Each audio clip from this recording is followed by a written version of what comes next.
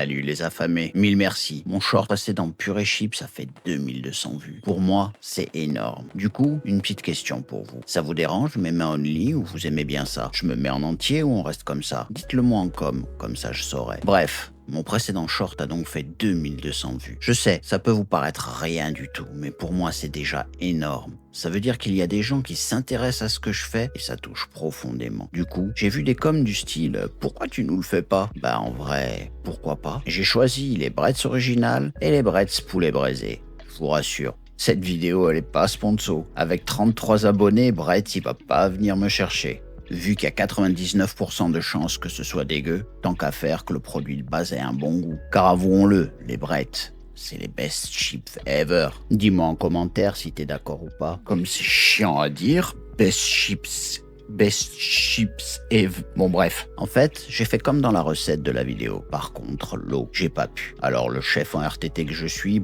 j'ai remplacé l'eau par au moins du lait entier. Après, va savoir. À la fin, j'aurai peut-être une belle surprise. Croisons les doigts. Et voilà, le moment tant redouté est arrivé. Il va falloir goûter tout ça. Visuellement, c'est un petit peu granuleux. On dirait un écrasé de pommes de terre, comme on dit au resto pour dire qu'on mange juste de la purée. Après, tu m'aurais dit que c'est Kevin, mon stagiaire, qui l'a fait, je t'aurais cru, le pauvre. Allez, goûtons. En vrai, c'est pas dégueulasse. En toute honnêteté, il y a quelques petits morceaux qui sont restés parce que je l'ai écrasé à la fourchette, mais niveau goût, j'en ai mangé qu'une fois dans ma vie, mais dans mes souvenirs, la purée mousseline, elle avait presque ce goût. Et encore, peut-être même un peu meilleur que la purée mousseline.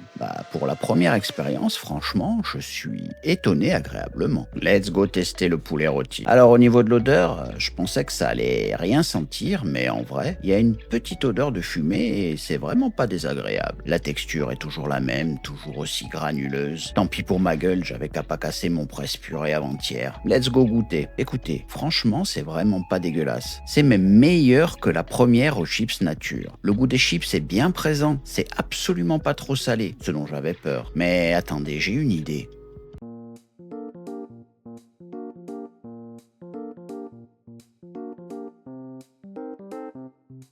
Et voilà, on la mixe au mixeur plongeant et autant ça va être meilleur. Let's go goûter. J'hallucine. La texture, c'est réellement de la purée. Je vous dis pas des conneries, sérieux. Je suis en train de péter un câble. C'est pas mauvais. Limite. Kevin, il m'a fait ça, je lui dis « Oh, pas mal Kevin, tu t'améliores. » Non, là, c'est vraiment grave. En plus, la purée avec ce petit goût de fumée des chips, j'aurais jamais cru dire ça, mais c'est vraiment pas mal.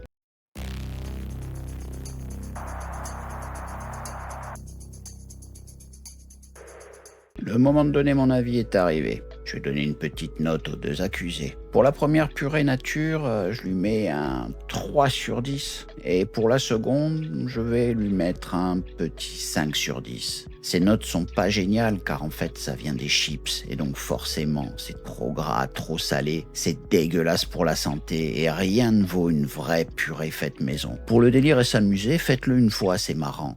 Et dites-moi en commentaire quel parfum vous allez mettre, comme ça on rigolera. En tout cas, mille merci de me regarder, ça fait chaud au cœur. J'aurais jamais pensé dire ça un jour, mais pensez à vous abonner, ça m'aide énormément. Et si jamais, allez voir les vidéos que je mets en lien en haut, ça va vraiment m'aider. Mille merci mes Kevin, et à bientôt.